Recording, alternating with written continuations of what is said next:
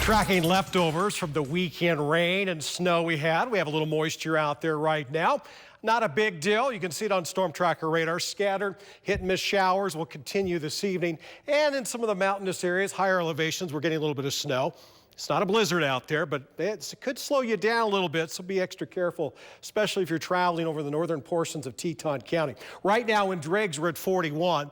48 in Rexburg, we're 47 in Idaho Falls and in Pocatello. So as you can see, not a very warm day, and the current temperature already up in Dillon, freezing. And it's just barely above freezing currently in Yellowstone at 33. So tonight, needless to say, I mentioned this earlier, we have a freeze warning out for the Snake River Plain. Low temperatures will drop down in the 20s, 29 expect in Pocatello, with isolated to scattered rain this evening, and then we clear out, and that's when temperatures will drop like a rock. Now for the Central Mountains, isolated rain and snow mainly this evening. Low temperatures will range from the lower 20s in places like Stanley to about 30 in Salmon, so we're all going to be freezing cold. So do what you can to protect the plants outside. Of course, I mentioned this earlier, the exposed pipes that are outside, you might want to do what you can to cover those as well. Isolated rain and snow for the upper highlands in western Wyoming. Yellowstone will drop all the way down to 19 once we see that sky clear out. Then we have isolated rain and snow too for the southeast corner. Montpelier, you're looking at a low of 23. Lava Hot Springs will see a low of 29. And then tomorrow should be a better day out there for the southeast corner of the state. We have a nice mix of clouds and sunshine. Still a little bit on the cool side for this time of year. We should be at least in the 60s tomorrow. A lot of us only in the 40s.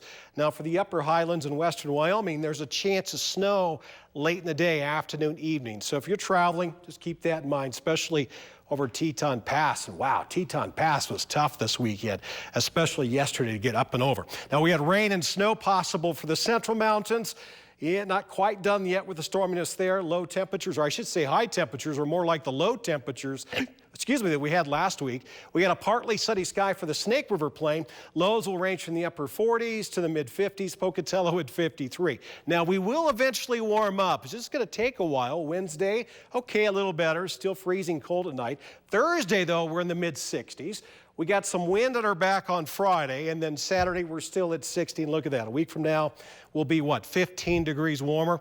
I think we're all looking forward to that. Now for Idaho Falls for the next 7 days, we're dry. After tonight at least, and we'll see more sunshine. Temperatures will warm up a bit. We're looking at highs mid-60s on Thursday, backing off just a little bit going into the weekend. Coming out of the weekend, we'll be in the 60s. For the Teton area, we got a chance of snow tomorrow late in the day, and then after tomorrow, we are home free, clear into the weekend. It will cool off, though temperatures will reach back in those 50s into Monday.